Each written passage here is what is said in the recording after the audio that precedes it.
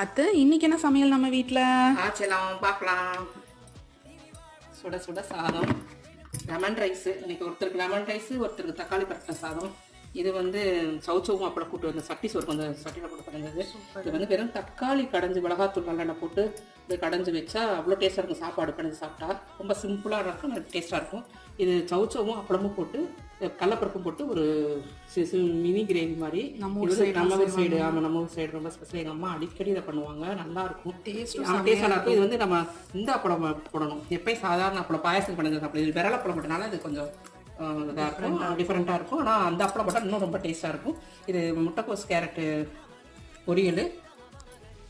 இது வந்து நட்ஸு, இது இன்னைக்கு இது போட்டிருக்கு, அத்திப்பழமும் ரெட் பனானா மாதுளம்பழமும் சேர்த்து போட்டிருக்கு. இன்னைக்கு ஸ்பெஷலாக இது பண்ணியிருக்கோம் இந்த ஷேக்கு. இது வீட்டில் உர பொத்துனா தயிர்ப்பா. சூப்பர் அத்தை.